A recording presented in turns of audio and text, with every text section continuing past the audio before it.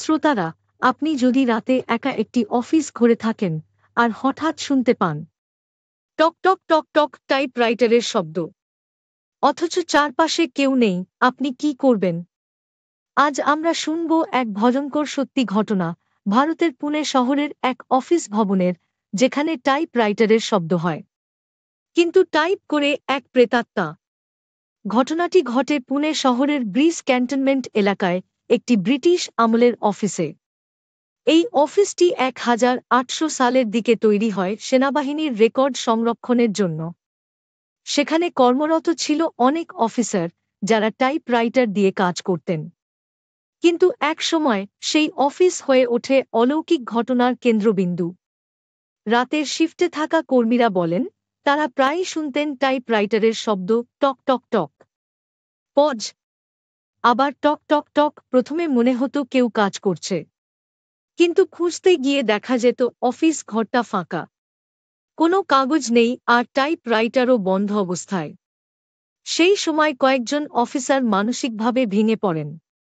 একজন লিখে যান শেষ চিঠি, আমি শব্দটা থামাতে পারি না। ওরা চাইছে আমি লিখে যাই।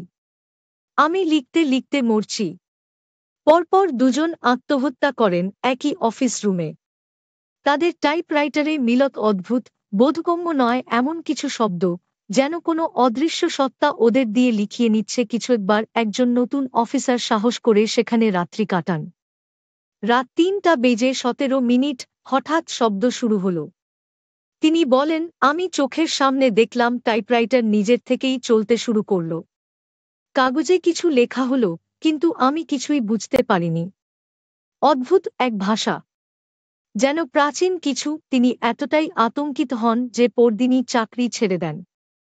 ক্রমে ঘটনাগুলো এত ভয়াবহ হয়ে ওঠে যে কেউ ওই অফিসে রাতে কাজ করতে রাজি হন না।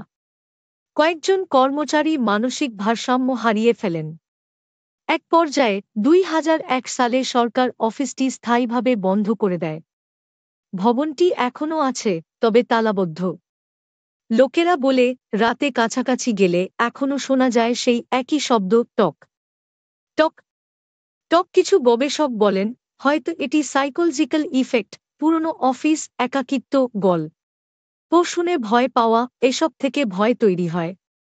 কিন্তু প্রশ্ন থাকে, টাইপ করা অদ্ভুত শব্দগুলো, একই ঘরে বারবার আত্মহত্যা, একাধিক প্রত্যক্ষদর্শীর অভিজ্ঞতা, কেউ কিছু নিশ্চিতভাবে ব্যাখ্যা দিতে পারেনি।